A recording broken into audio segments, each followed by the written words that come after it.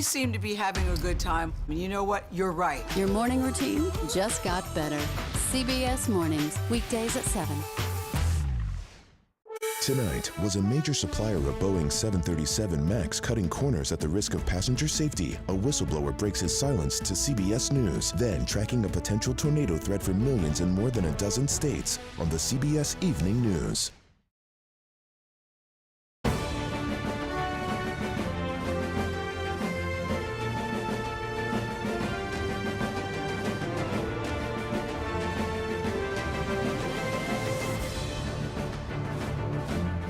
On my watch, we make promises and we keep promises. And we leave no one behind. And it's about making sure that all students are protected, particularly the Jewish students who have been under assault in many cases since October 7th. We do not believe Israel has presented a credible humanitarian plan. Hello, everyone. I'm Major Garrett in Washington. Welcome to America Decides. For the foreseeable future, there will be some constants in our political calendar and our news watching process. President Biden will visit battleground states, and there will be noteworthy developments in Israel's war against Hamas in Gaza. We'll get to the president's trip to Wisconsin in a second. First, Israel has reopened a key crossing in southern Gaza used to transport humanitarian aid. Israel, as you might remember, has vowed to launch a full-scale invasion of the nearby city of Rafah. That hasn't happened yet, though there have been some incursions. Also, a senior Biden administration official has confirmed to CBS News that the United States government did pause a shipment of weapons to Israel last week over concerns of how those weapons might be used. Now to the president in Wisconsin. He drew a very specific contrast with former President Trump, not just on economic policy, but on an economic promise. Mr. Biden touted a $3.3 billion investment by Microsoft to open an artificial intelligence data center there. Ed O'Keefe joins us now from the White House on all of this. So, Ed, tell the audience about this very specific compare and contrast the president did with former President Trump in Wisconsin. Yeah, it's an interesting one, Major, because people may remember it was roughly 6 years ago that he went to Wisconsin and alongside the then Governor Scott Walker announced plans for Foxconn, one of these big chip manufacturing technology companies, to open a multi-billion-dollar facility there in Wisconsin. Well, it never happened. Today, he announced about a $3.3 billion investment by Microsoft to open an AI data center at the same exact location with some federal backing by the Biden administration. It was a shrewd move using the official trappings of the office to bestow some federal money on a key corner of a battleground state and to call out the fact that while voters may be concerned about the economy these days, the last guy didn't do anything to help them. Take a listen. You came here with your Senator Ron Johnson literally holding a golden shovel, promising to build the 8th wonder of the world. Are you kidding me? Look what happened. They dug a hole with those golden shovels, and then they fell into it. So that was the official business that he attended to as part of these trips to battleground states, Major, that get split between the White House's travel budget and the campaign's travel budget. Now he's on to the fundraising and some visits that he made briefly in Racine, Wisconsin today with black voters, a key constituency in a key battleground state. But that's the, as you said, the format we're going to see now play out throughout the rest of the summer. Some kind of a ribbon cutting or big announcement of a large Ed McMahon-sized check to some key corner of a battleground state, and then, you know, raising money or some kind of campaign rally or meeting with key parts of the Biden coalition.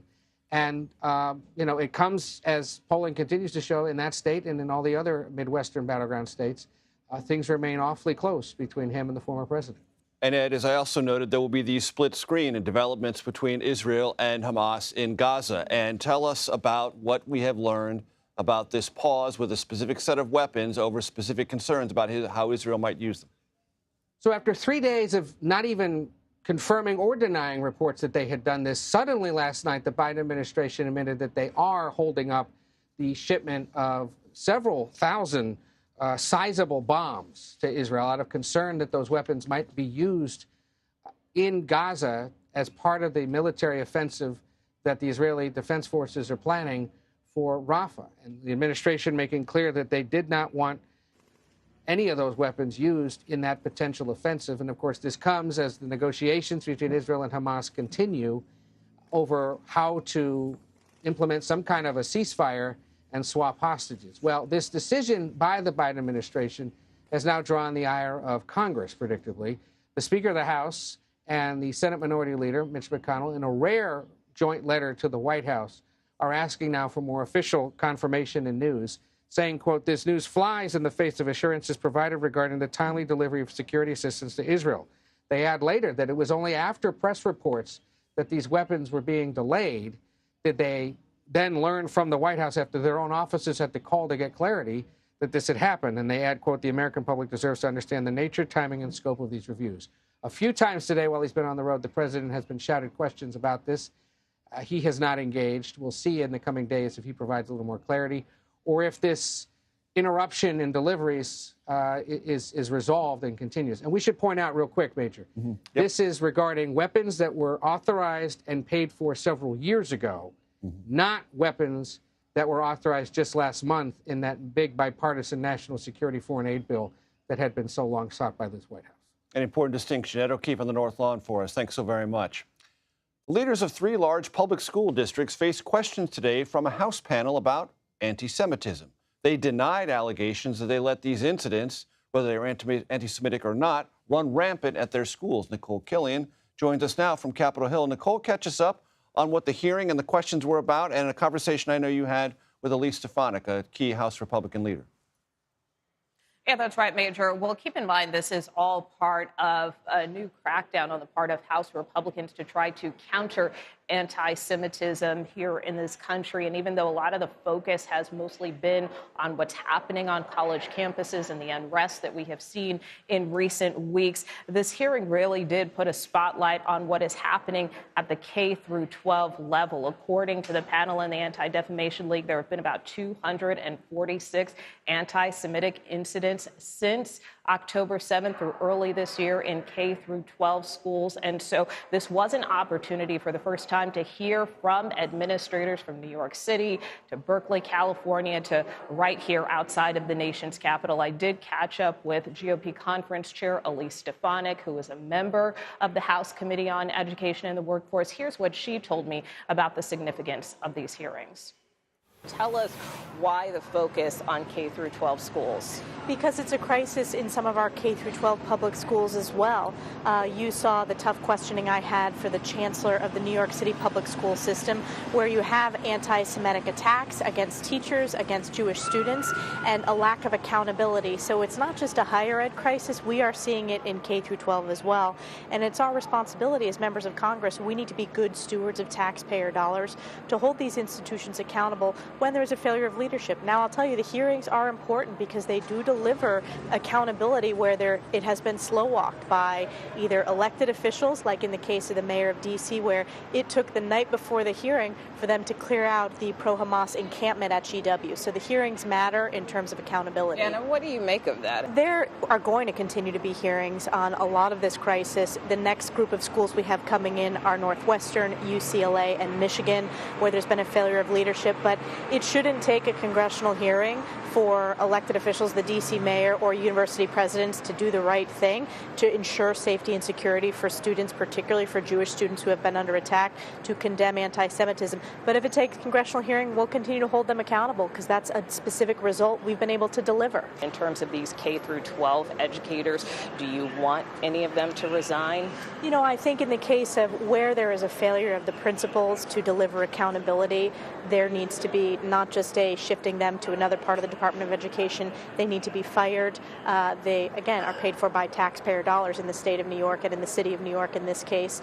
So it's not just enough to move them to another entity. They need to be fired. And that was not done in this case. And so, as you kind of heard in that last answer from Congresswoman Stefanik, she was referring in part to this pretty heated exchange that she had with New York City Public Schools Chancellor David Banks, where she was questioning him about a Queens high school where a principal was reassigned within the district after a Jewish teacher was targeted. Stefanik questioned him repeatedly about this. He said that he couldn't confirm where the principal was removed or what his new position was, but Stefanik was extremely concerned about how that situation was handled. And as you heard in her answer, they're even going so far as to suggest that this principal potentially should be fired. Major. Worth pointing out, Nicole, despite the rhetoric, not every protest on behalf of Palestinian civilians is pro-Hamas, in the words of Elise Stefanik. That's worth noting. Nicole Killian on Capitol Hill, thanks so very much.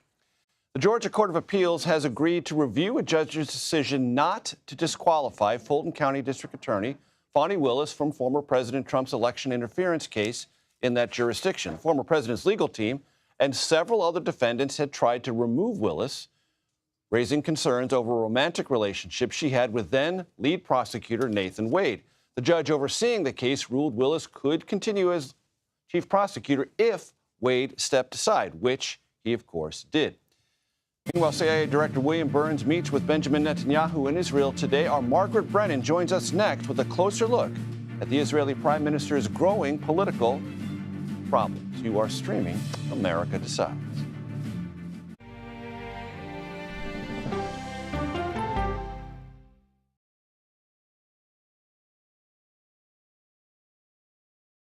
Mr. President, there's a lot to talk about. A lot to talk about. Does this carrier strike group stand ready? It's just incredible to see there's an active search and rescue operation going on 12 hours after this accident. The CBS Evening News with Nora O'Donnell.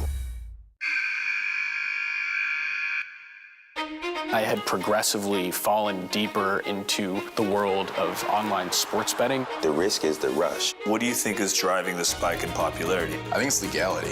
If it's legal, I'm going to use it. There are ways to bet when you are 18. We've created an epidemic of child gambling. You can't walk into a male dormitory in a college campus without sports betting happening. It's America's most neglected problem. I use sports betting as a way to escape, when in reality, I'm choosing self-destruction. Whatever I had left, it was gone. The purpose of the industry is to get you to play to extinction. And that means until all your money is gone.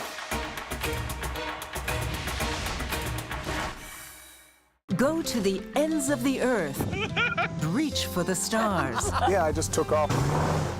That kind of thing. Oh, that's pretty good. Because there's always something new under the sun on CBS Sunday morning.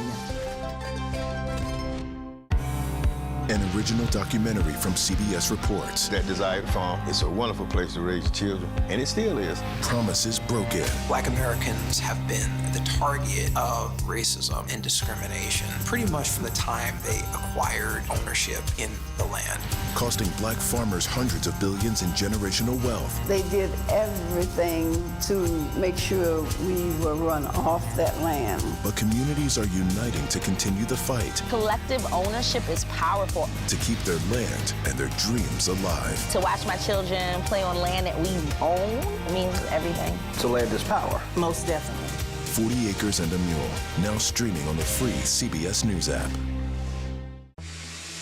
People with developmental disabilities were once sequestered by the hundreds of thousands in institutions. Many of our fellow citizens are suffering tremendously because lack of attention, lack of imagination, lack of adequate manpower. Disability activists have since torn down barriers blocking them from living at home or in the community.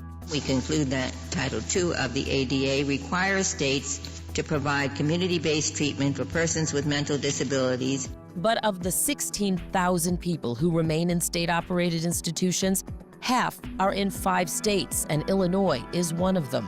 I don't want to live in the institution. It makes me feel discriminated against.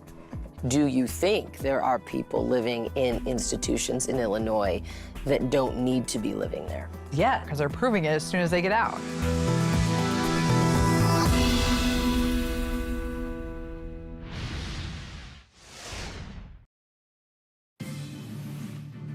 The White House late last night, after spending about 3 days denying or ignoring questions about this, actually confirmed that there had been a delay of an arms shipment to Israel from the U.S. government. Meanwhile, CIA Director Bill Burns is continuing ongoing, almost ceaseless efforts to try to broker a ceasefire and hostage release deal between Israel and Hamas.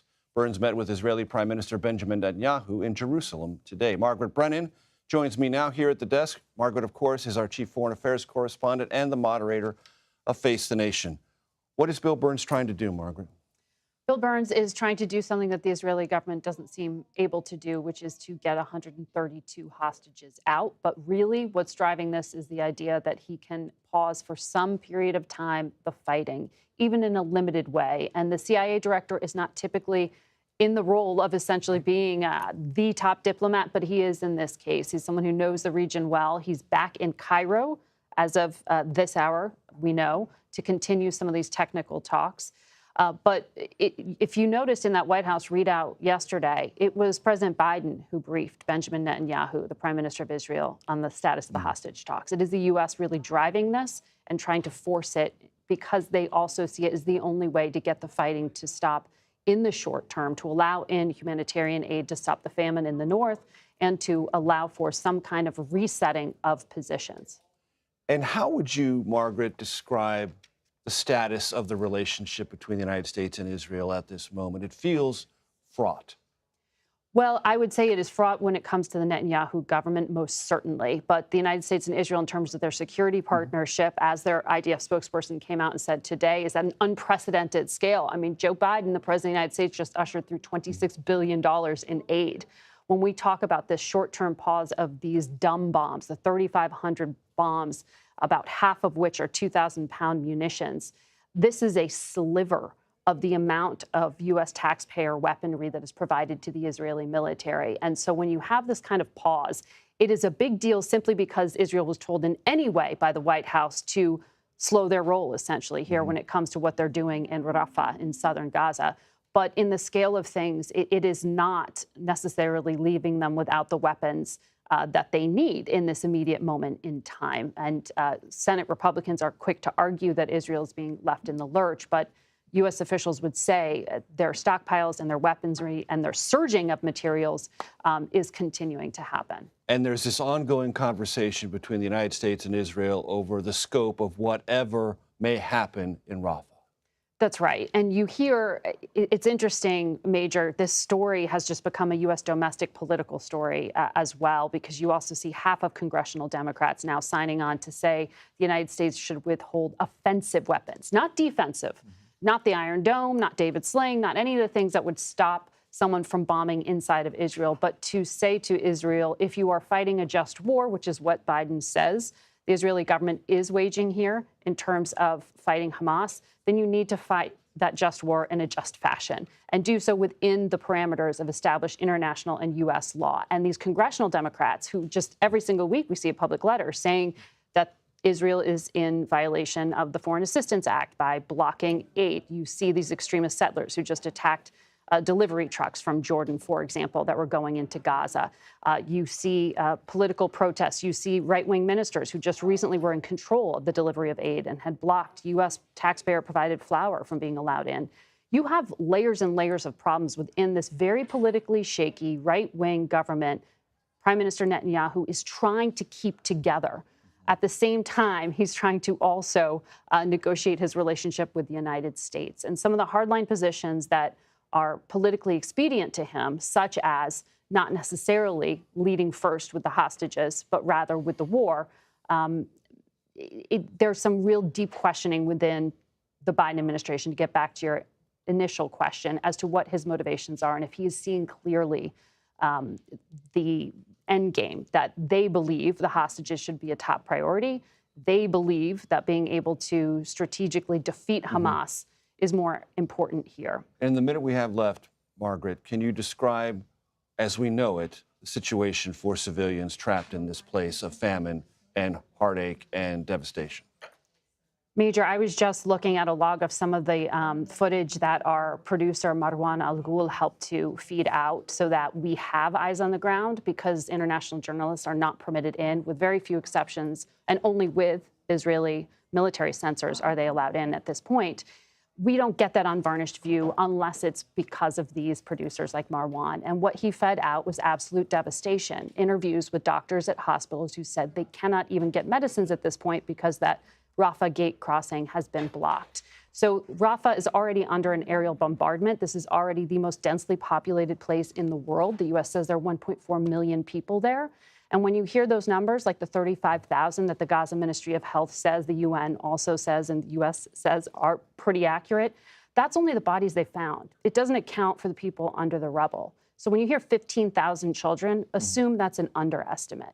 That gives you a description of the level of devastation, as does the word famine, that I don't think we can fully appreciate being man-made in this portion of the world. So that is what is driving some of these critics who are saying, if the United States is going to be funding this war, they want to be able to have a say in how it is prosecuted and be able to stay in accordance with existing U.S. law, like the Leahy Act and President Biden's own national security memorandum. And stay tuned for that, because he does have to report to Congress whether Very Israel soon. is living up to the standards. Maybe some delays in that, but that's expected any day now. Unparalleled expertise and perspective. Margaret Brennan, as always, thank you so very much. We'll take you live now for a look at the House floor, where Georgia Congresswoman Marjorie Taylor Greene is, in fact, calling up the motion to vacate for House Speaker Mike Johnson. After a break, the battle for Pennsylvania is a virtual tie, according to recent polls. What does President Biden need to do to win the Keystone State? Biden campaign advisor and Pennsylvania State Representative Malcolm Kenyatta joins us in a moment. You are streaming America Decides.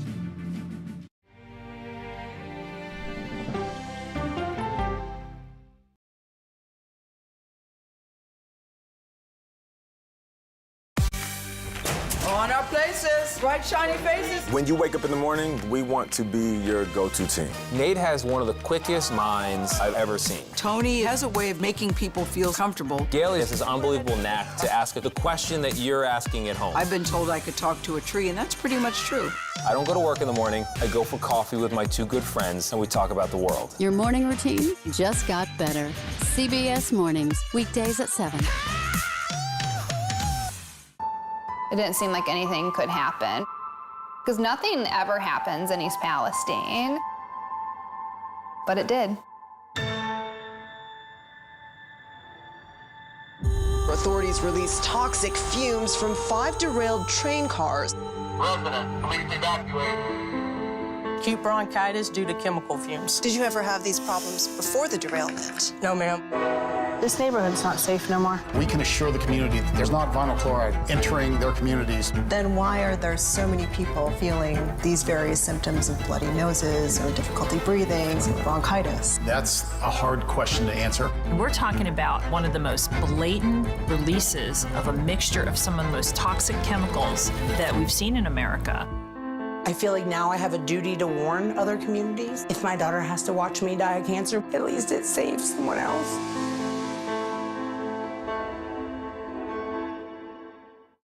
This case. It's like a screenplay, something straight out of Hollywood.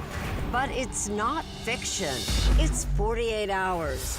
Human remains found this week. 4 families shattered. There's no physical evidence. The mystery would haunt investigators for years. There's some questions that have to be asked and need to be answered. Like a John Grisham novel. A gripping true crime original. 48 hours. Now streaming on the free CBS News app. Stories that inform. You can be really old at 60, and you can be really young at 85. Inspire. How do we unlock the power within ourselves to be who we want to be? And brighten your day. The best part of fame is making people feel good. Always send the people home happy. Make every day a little more like Sunday morning. Here comes the sun. Stream now on the free CBS News app. Hello, everyone, and welcome to our Dragon capsule here in space. Sightseers in space, the thrill of a lifetime. Seeing the Earth from space, it was so exhilarating. But the risks that come with the territory. There have been 4 fatal accidents. That's a 1% fatal accident rate. Might make you look before you launch. If you had 1 out of 100 airplanes falling out of the sky, we'd have a public crisis. Space tourism, now streaming on the free CBS News app. To absolutely no one's surprise, the Biden campaign is continuing its focus on abortion rights. Vice President Kamala Harris made a campaign stop near Philadelphia today. Comes as CBS News polling finds the presidential race is neck and neck in Pennsylvania. 55% of voters in the Keystone State say President Biden makes them feel, quote, worried. Only 24% said he makes them feel, quote, confident. Pennsylvania State Representative Malcolm Kenyatta is here with us now. He is a Biden campaign advisor who was with Vice President Harris today. State Representative Kenyatta, great to see you. What was the upshot of the vice president's visit today? You know, listen, we're always happy to have the president or the vice president in Pennsylvania talking about the clear choice that we're going to have to make. You know, Pennsylvania is the center of the political universe. We are a commonwealth that knows a thing or two about picking presidents.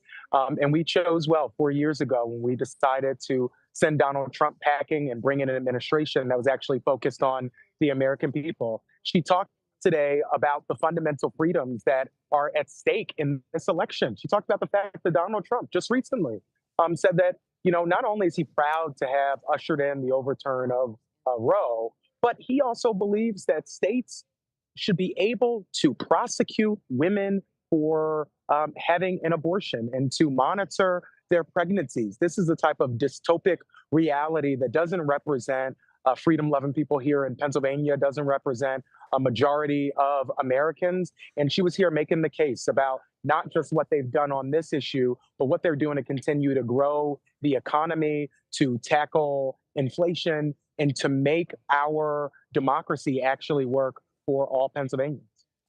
Do you sense that current polling does not adequately capture voter intensity on this question of reproductive freedom or access to abortion? You know, listen, what I would say is that we have to look at actual elections. Every single time the issue of abortion has been on the ballot, or voters have had to choose folks who defend their fundamental freedom to make their most intimate decisions, and those who oppose the fundamental American freedom to decide your life's course. People have chosen freedom every time. And I think they're against not just Donald Trump's bad ideas on abortion, but they're against this idea that the way to continue to grow our economy is to put all of it into tax breaks for the wealthiest Americans. They disagree with Donald Trump, who said to his billionaire friends at Mar-a-Lago, I'm going to cut your taxes again, going even further than he did in the 2017 tax bill, which was a disaster for middle class and working class families. This president and vice president have a record of success, whether it's lowering the cost of prescription drug prices, capping the cost of insulin at $35. And I know that, you know, you as somebody who talks to me and other candidates all the time, you've heard these things, you've heard them over and over again. But there are a lot of voters who don't know the full suite of things that this administration has accomplished. And it's our job, and it's the job of this campaign to go out and tell that story. And the good news for us is we have good candidates and we have a good story to tell. And I would take that hand over bad candidates with bad ideas any day of the week. You mentioned that Pennsylvania is the center of the political universe. That may or may not be true, but it's certainly important. I want to ask you about something I read in The Atlantic under the byline of Ron Brownstein, someone I read and I pay very close attention to. He said, looking at the available polling data, former President Trump is running ahead of where he was in 2020 with African-American and Latino voters in every swing state, and that positions him better, according to Ron Brownstein's analysis, than he was positioned in 2020. Do you believe that to be true? Why is that happening? And how big of a problem is it? Listen, I haven't read the piece, but this is what I'm going to say. You've seen this campaign do something that no campaign in my lifetime really has done before. They are treating every single group of voters with respect, not assuming that any one group is going to come out and vote for you if you don't go and talk to them and make the case. And that's what they're doing with the Black community. You see us just recently, we opened not only a bunch of coordinated campaign offices all across Pennsylvania, I believe we're at 14 at this point, but the campaign just opened a community campaign office in North Philadelphia. I was happy to be there at that opening. And what we're hearing African-American voters talk about, what we're hearing young voters talk about. I happen to be in both of those buckets. I'm asking a very simple question about who do I believe actually cares about my future? Who do I believe actually gives a damn about me? The truth is, Donald Trump has never cared about the African-American community. He hasn't been focused on the future. This is somebody who still denies the climate crisis. It's somebody who still denies that systematic racism exists. Somebody who has done everything in his power to demonize the idea of equity and inclusion, which is part and parcel to what this nation has always aspired to be. We haven't always lived up to the idea that every person is created equal. But as the president says, we've never walked away from it either. This is one of those moments where we have a clear contrast. It's a contrast we see playing out every single day. You know, I'm the youngest person, I believe, ever on the ballot statewide here in Pennsylvania. And I think I speak for a lot of those communities, and they're going to vote for President Biden. I'm confident of it. Malcolm Kenyatta, thank you very much for your time. It's a disaster. This whole case is just a disaster. A day off from court in New York with Stormy Daniels expected back on the stand tomorrow. We take a look at some procedural legal victories for former President Trump. Our political panel is standing by with more on rulings out of Florida and Georgia. You are streaming America Decides.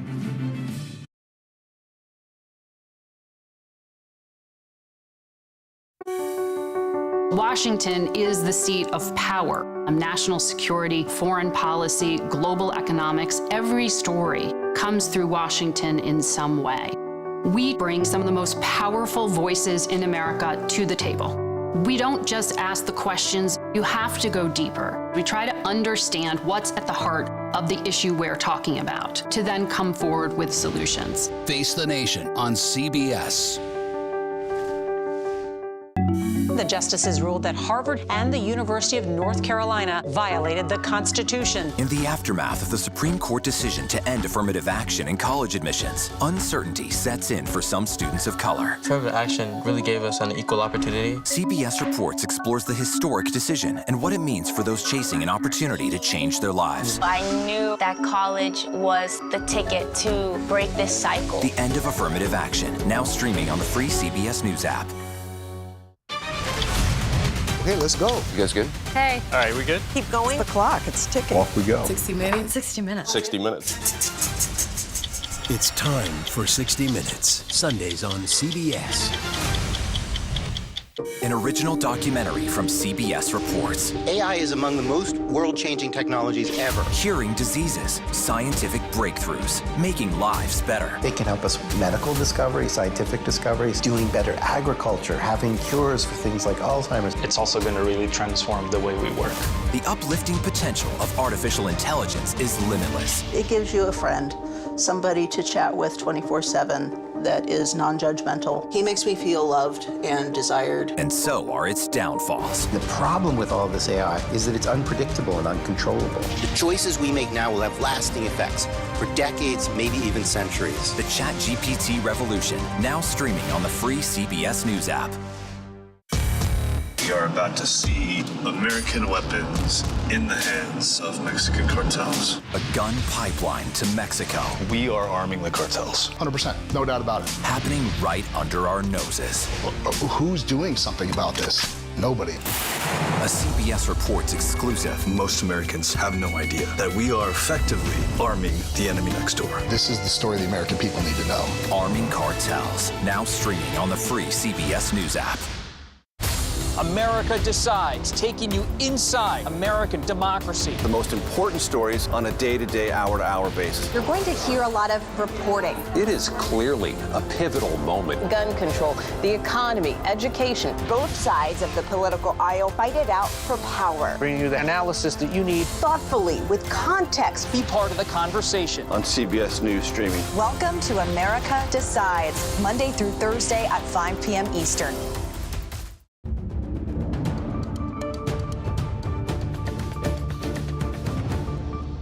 It is a day that ends in Y, so there is a conversation inevitably about the fate of House Speaker Mike Johnson. In that light, Georgia Republican Congresswoman Marjorie Taylor Greene has called up a motion to oust the Speaker. Nicole Killian joins us now with a quick update from Capitol Hill. Nicole, fill us in. Well, this shouldn't really come as a surprise to anyone. I mean, just yesterday, obviously, Congresswoman Marjorie Taylor Greene seemed like she was backing off of her threat to move forward with this motion to vacate. But keep in mind, last week she did preview that she was going to trigger this motion. And even as recently as yesterday, after she met with Speaker Johnson, I asked her if she was still planning to move forward with it, if she was going to rule out moving forward with this, considering she had met with the Speaker both Monday and Tuesday. She did not rule it out. So the fact that she is on the floor right now, again, does not really come as a surprise, although to some it may, because just yesterday she also said that she was going to give the Speaker some space, that the ball was in her court, that she had put forth the ideas that she would like to see him implement as Speaker. And so she said that she was going to give him some time, although she didn't want the process to be dragged out. So what changed between now and then, we really don't know. We have to wait to see once the Congresswoman comes off the floor. But I can tell you it is a very awkward and to a certain extent raucous dynamic inside of the House chamber right now. I just left the chamber and Speaker Mike Johnson is literally just a few feet away from Marjorie Taylor Greene as she called up this motion to vacate. At times he was seen shaking his head. Marjorie Taylor Greene at times was being interrupted by members who were talking over her, at times some booing her as she brought up this motion to vacate. We know that Democrats have made clear that if she were to make this move, that they would try to table it outright. So that is what we are now watching for, to see how this process will now progress. Translation of that last part from Nicole: House Democrats may be crucial to the preservation of the speakership of Republican Mike Johnson. Nicole on Capitol Hill, thank you very much. I want to bring in our political panel, Caitlin Huey-Burns and Hogan Gidley. Caitlin, as you all know and appreciate, a CBS News political correspondent. Hogan previously served as White House Deputy Press Secretary in the Trump administration. Hogan, I must start with you. There was a conversation, it was widely reported, no one's denied it, so I'm going to take it at face value, that Marjorie Taylor Greene and former President Trump had a call this weekend. And the former president said, don't do this. And she's doing it anyway. What does that tell you? I don't know. I mean, this is a very interesting time right now. I was with Speaker Johnson. Is it shrewd or dumb? I was with Speaker Johnson. I was with Speaker Johnson today, talking about the SAVE Act, of course, which is trying to prevent people who aren't American citizens from voting in American elections. And, you know, the Chip Roy was there, and we had Senator Mike Lee was there. And, of course, a lot of the questions were about this particular instance. Look, I don't know what it gets us as a Republican Party right now. You had to jockey a lot to get kind of the rules in place for someone like the previous speaker to have his post. But now these rules exist. And it's obvious that some people like Marjorie Taylor Greene, others will try to hang that around Speaker Johnson's neck and prevent him from moving forward as Speaker. Look, is it good for the Republican Party to have yet another public outburst about the fate of its own Speaker and its fragile House Republican majority? It's not great. It's not great. We need to govern. We need to do things that the constituency sent us there to do. But at the same time, Marjorie Taylor Greene has a constituency as well. And chances are they may want her to do this, and she's just doing what they want her to do. And that constituency may or may not include the wishes of the former president? Well, look. You know, it's interesting because the media always tries to pretend like he has control over all these things, and then all of a sudden he doesn't have control over all these things. So which is it? The fact is, I'm sure Donald Trump made his opinion well known because he likes to do that. Whether she heeds that advice or not, clearly in this case she's not. It doesn't seem like she's going to do that. Caitlin, your impressions of this moment? Well, I think that you bring up a really good point, which is that Democrats have said, Hakeem Jeffries in the 60 Minutes interview a couple of days ago, said that they CBS are going program, to by the way. Little plug there. Essentially said that he believes that Democrats are effectively the majority because they've been having to bail out the Speaker, and they're prepared to do so because they don't want to have this chaos going into the election. But a fragile majority is exactly that. What is it? One seat majority. And this is not only on the speakership, but on major pieces of legislation like foreign aid funding we just saw recently. Mm-hmm. So there was a primary in Indiana yesterday. President Trump won, but Nikki Haley got 22%. She's not running. She's suspended. She hasn't done anything for weeks upon weeks. 22%. Hogan, does that tell you anything of note? No, it tells me that other than the fact that Donald Trump still has a massive control of the Republican Party and that he's winning all these states and has in landslides to this point. Nikki Haley was one of those contrarian votes. She wanted to take the party back to kind of that establishment, corporatist, elitist party of old. And I think still a vast majority of the people who support Donald Trump don't want that. So while Nikki is around and getting votes, I think Democrats are still even more concerned about what they're experiencing on their side, even though that RFK is now an independent, taking a lot of votes away from Joe Biden. This race still comes down to those two men. How the third-party candidates kind of maneuver and jockey, so you have no anxiety that those 22% might not show up or that they are reflective of something that might not show up. Indiana's not a close state, but others might be. Do you think there's any Republican softness that is worrisome for the former president in the general, Pennsylvania, Arizona, Nevada, et cetera? No, but I will say this. To those that are still kind of out there wondering what are they going to do if Trump, he's obviously the nominee, what are they going to do? I always argue to them, and I give speeches all the time, and I get that question. Listen, this is between chicken and steak. You don't get a lot of third options, fourth options here. This is your menu you have to decide between. And if you want the policies of Joe Biden that has set this country back who knows how many decades at this point, or the ones that actually gave us record-setting success, you got to go with Donald Trump here. And I think at the end of the day, Republicans will all come home. I mean, we have seen in polling that they are coalescing around the former president, the Republican Party, but I don't think you can ignore where Haley is getting these votes, which is the suburbs. Time and time again, we've seen this primary has long been over. You could argue it was over before it even began. And she's getting this kind of margin in suburban areas where, as you know, Republicans have been struggling in the Donald Trump era.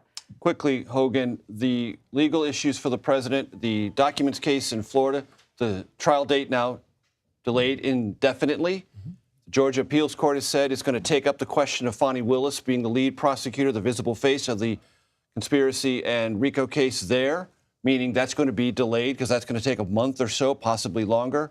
The import for the former president, tactically. Well, delay, I think, only helps Donald Trump at this point because we can kind of push those things down the road. And the closer and closer you get to the election, we can still focus on the issues that matter to the American people. Most people aren't paying attention to this at all, as you all know. Obviously, any ruling they pay attention to. They know if we're going to have a verdict on something, they'd watch. But for the most part, I think Donald Trump, obviously, I would argue he didn't do anything wrong in any of these cases, and he's going to have to make that case to the American people as well, regardless of what happens in the court. But people aren't focused on these types of things. They're worried about immigration. They're worried about the economy. Polls show that. And I think Donald Trump, even on his moments when he gets to come out and talk to the press, he talks about those issues. Of course, he talks about the trial, too. Among other things as well. Among other things. But Hogan Gidley, Caitlin Huey-Burns, thank you so much for being here with me. I appreciate it. Do you not trust women? To know what is in their own best interest? You, some legislator in some state capital, the majority of whom are not women? Vice President Kamala Harris brought her reproductive rights tour to Pennsylvania. Next, we take a closer look at the history of 6-week abortion bans. You are streaming America Decides.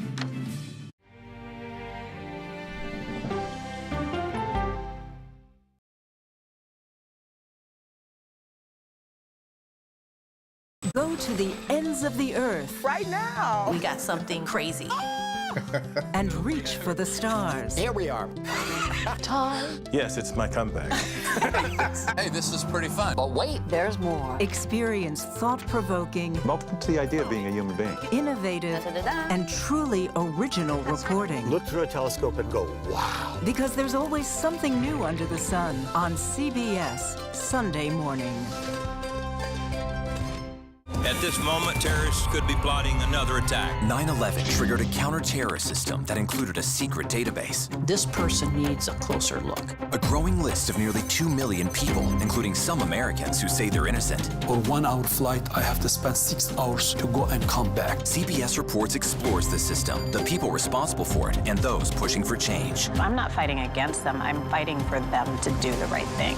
The Watch List, now streaming on the free CBS News app. Don't miss true crime anytime you want, anywhere you go. With the 48 Hours podcast. Real crimes, real lives, real justice. There's some questions that have to be asked and need to be answered. Listen to 48 Hours on Apple Podcasts. an original documentary from CBS Reports. Imagine yourself in Manhattan with no police, no army, no mayor. The people of Haiti stare down poverty, corruption, natural disasters, and violence. 90% of the guns that are used by gangs in Haiti are American guns. But with an unbreakable spirit and eternal optimism. There are days where I cry, but we can't be discouraged. We still believe in Haiti. They're still able to look ahead with hope. Haiti is on the brink of transformation, a radical shift. Nations are coming together and saying things must change. Fighting for Haiti, now streaming on the free CBS News app. Hey there, welcome to The Uplift. I thought she was a groom, and I stepped back and I went, oh, you're the queen. She's going to be with me every instant that I'm alive. I just wanted to see if you'd go to Disneyland with me today. I look over at him and he's smiling. I'm going to remember that the rest of my life. They told us when he was going to be born, he was only going to live for 30 minutes. It's really a miracle that he's with us today. The Uplift. Stream now on the free CBS News app. When you wake up in the morning, we want to be your go-to team. On our places, bright, shiny faces. I don't go to work in the morning. I go for coffee with my two good friends, and we talk about the world. Your morning routine just got better. CBS Mornings. At the CBS Evening News, we focus on solutions, finding solutions to healthcare problems, how much money we can spend on groceries, finding solutions to help people understand what are the right choices to make for you and your family. Here is a number to consider. 17 states in the U.S. now ban abortions after 6 weeks of pregnancy or sooner, with some exceptions. Just how surprising is it these restrictions are in place less than 2 years after Roe v. Wade was overturned?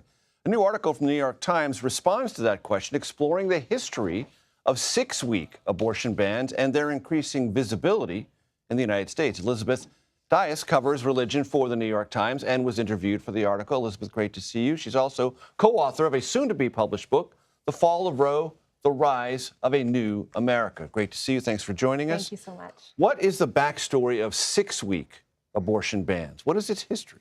Right. I mean, I think so many people were surprised, right, when Roe fell. And you look at Florida, we've just got the latest 6-week abortion ban. But there's actually a really long history here. And it's surprising to people, the anti-abortion movement leaders actually didn't always support a 6-week ban. You go back 10 years to Ohio, an evangelical activist named Janet Porter had this idea. You know, she wanted to start a ban at 6 weeks, which was when she and the movement said, they pegged it to when you could start to hear what they call the fetal heartbeat as a way to humanize the fetus, the embryo at that stage.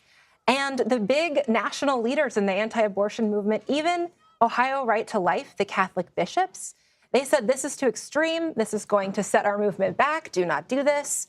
And, you know, it was kind of on hold over the years until former President Trump won and the whole ballgame changed.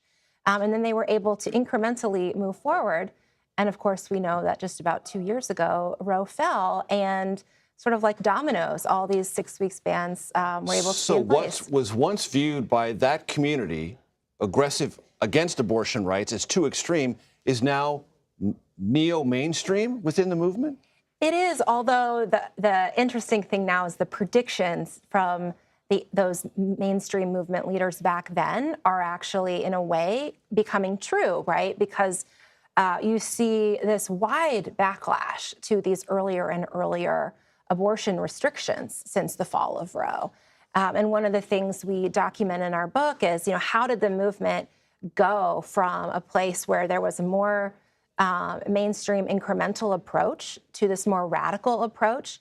And now you've got movement leaders just begging, basically, could they do a 15-week national ban? Because they're just seeing the overwhelming majority backlash to But within the community, is 6 weeks becoming now a litmus test for your purity? You know, this really depends on where who you ask and where you are. Yes, exactly, right? Like we've seen, just look at the difference between Arizona and the efforts, the Republicans who are very, very anti-abortion in the state legislature there, they were trying very hard to keep this ban from 1864, which would have made almost all abortion illegal.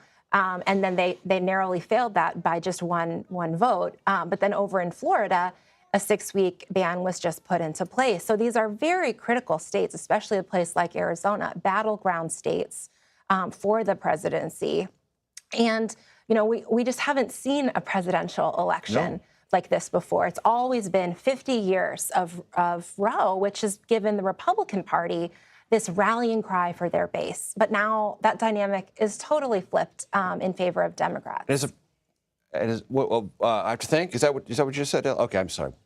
We have to thank Elizabeth Dias. Thanks so very much for being with us. I appreciate you. Before we go, we want to go back to give you a live look of the floor of the House of Representatives, where lawmakers are right at this moment voting on Marjorie Taylor Greene's motion vacate House Speaker Mike Johnson. This motion, we should tell you, is expected to fail, with Democrats, surprisingly, expected to throw their support by preserving the speakership of Republican Mike Johnson.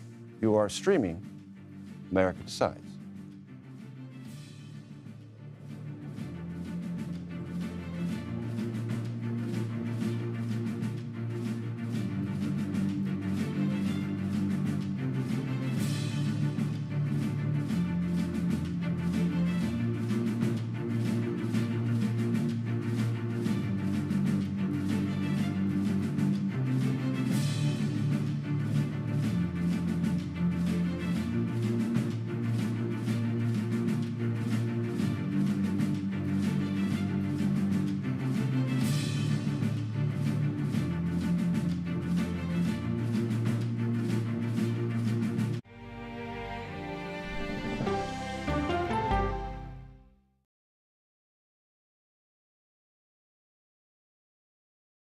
Okay, so let's just start at the beginning. Well, let me start with this. What is at stake here? What is the answer then? Do you know why? You want me to just keep going? Is that a good thing or a bad thing? Were there death threats? How is this possible? What's wrong with that argument? Are you saying they lied? Have you told the government that? Why won't you say the word crisis? You're not answering my question. This really Is that scary? Does that make sense? What do you mean? What does that mean in Did English? any of that make sense?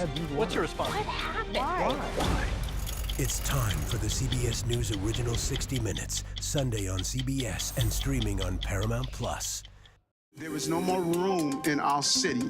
New York City is receiving record numbers of migrants. Today, we're going to have more than 500 adults and children come through that door. Tensions rise as shelters reach max capacity. We don't have to take care of them. CBS Reports goes inside a crisis cities and families are facing as they fight to survive. The United States still has that glimmer of hope for people to come here. Fighting for a future. Now streaming on the free CBS News app. On Face the Nation, the way to learn is to listen. We may have a recession. Listening to how someone explains themselves is so key to understanding their perspective. An original documentary from CBS Reports. Since you started La Soup in 2014, do you have any sense as to how much food you've rescued from the landfill? We've rescued 4.5 million pounds. I can't even fathom how much food that is. And that's one little person in one little city in America. We're going to call this chicken piccata. We did 450 of these meals today. This is the exact dish that you and I are going to have. Yep. Oh, really good. Is it good? Mm-hmm. Having a plan of how to keep people fed should be in every single city. So if we eliminated food waste, could we eliminate hunger? Yes. Eating Trash, now streaming on the free CBS News app. America Decides, taking you inside American democracy. The most important stories on a day-to-day, hour-to-hour basis. You're going to hear a lot of reporting. It is clearly a pivotal moment. Gun control, the economy, education. Both sides of the political aisle fight it out for power. Bringing you the analysis that you need. Thoughtfully, with context. Be part of the conversation. On CBS News Streaming. Welcome to America Decides. When people say who's first to get in the morning, that would be me. Morning news matters because it sets the tone for your day, and it's a way of getting you started. Day to day, that first draft of history, it happens right here. We're going to uplift you. We're going to send you out your way. We take you places, we teach you new things, and we make you feel like, you know, it's not all bad. People say to me, you always seem to be having a good time. And you know what? You're right. Your morning routine just got better. CBS Mornings, weekdays at 7. even though we're in the minority, we effectively have been governing as if we were in the majority because we continue to provide a majority of the votes necessary to get things done. Those are just the facts. House Democrats are doubling down on Minority Leader Hakeem Jeffries' recent remarks on 60 Minutes that Democrats, as you heard him say, are effectively governing as if they are in the majority. Here was some of my conversation with Texas Congresswoman Jasmine Crockett on my weekly podcast, The Takeout. You usually expect for the majority to be the ones that set the legislative agenda and to get things done. Anything that's been important that has been passed for the American people has only happened because of Democrats. Now, I will say that far-right faction, that MAGA faction, has actually empowered the Democrats. I mean, you would think that they would learn at this point, right? But it is a bad day when your speaker says, you know what? I can't get through to y'all. No matter what I do, it would be easier to just deal with the opposite party. You can hear and see that entire conversation with Congresswoman Crockett on The Takeout starting this Sunday night at 10:30 p.m. Eastern. The Swifties just scored a major legislative victory in Minnesota. Governor Tim Walz signed what they call in Minnesota House File 1989. It's House Bill 1989 on Tuesday. That is aptly named for Taylor Swift's 5th album. It's also the year she was born. It mandates that ticket sellers reveal hidden ticket fees up front, and it bans resellers from selling more than one copy of a ticket. The law is set to go in effect January 1st, 2025. You know, I wasn't here for several weeks, perhaps you noticed. For 5 weeks, I was a grand juror assigned to the District of Columbia Superior Court. I served with 22 other D.C. residents. We did this work from 9 to 5, Monday through Friday, for 5 weeks. We put our cell phones in a safe. We were cut off from the outside world and sworn to secrecy. We reviewed evidence on more than 75 serious felony cases, among them homicides, child abuse, kidnapping, robbery, and assaults with all manner of dangerous weapons. Then, we decided if the evidence justified an indictment. It was grim and emotionally exhausting work.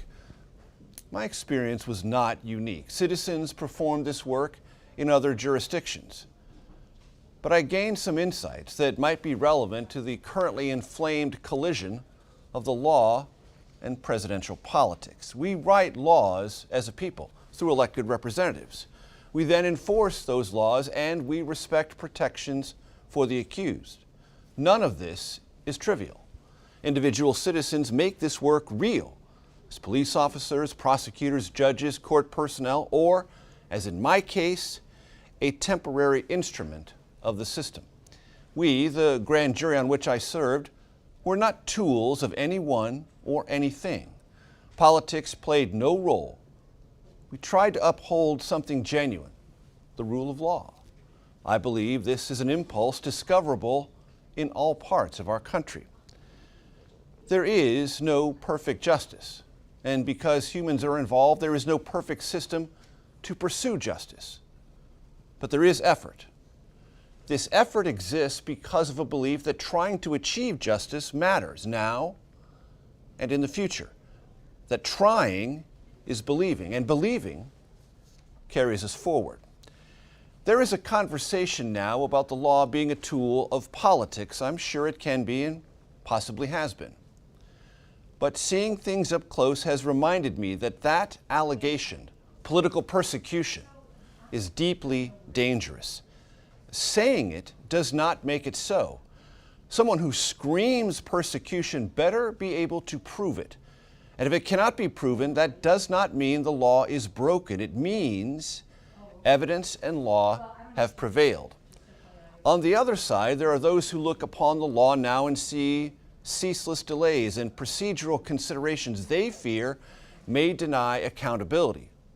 Those delays reflect protections woven into the system, the very adversarial nature of contesting laws and evidence. Enforcing the law is a combative process.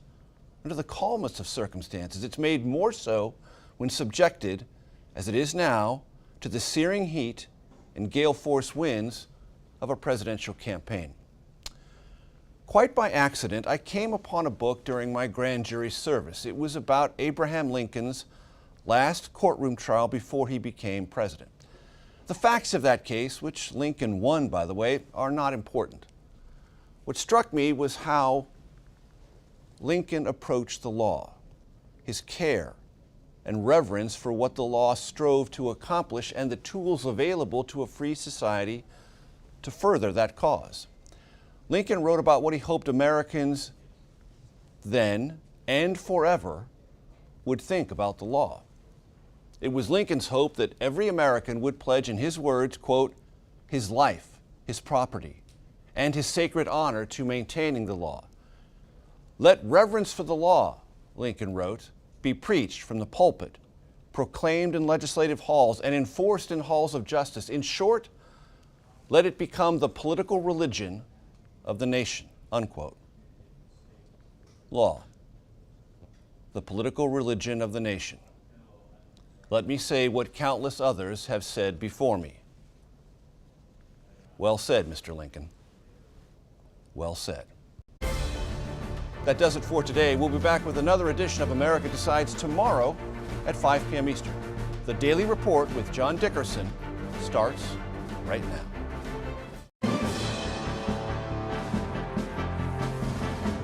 Welcome to the Daily Report for May 8th, 2024. I'm John Dickerson. We've paused one shipment, says the Secretary of Defense, confirming that high payload munitions are being withheld from Israel as punishment for rolling tanks into Rafah. Is this just punishment, or will this affect how Israel carries out the operation? We'll also have a report from the region.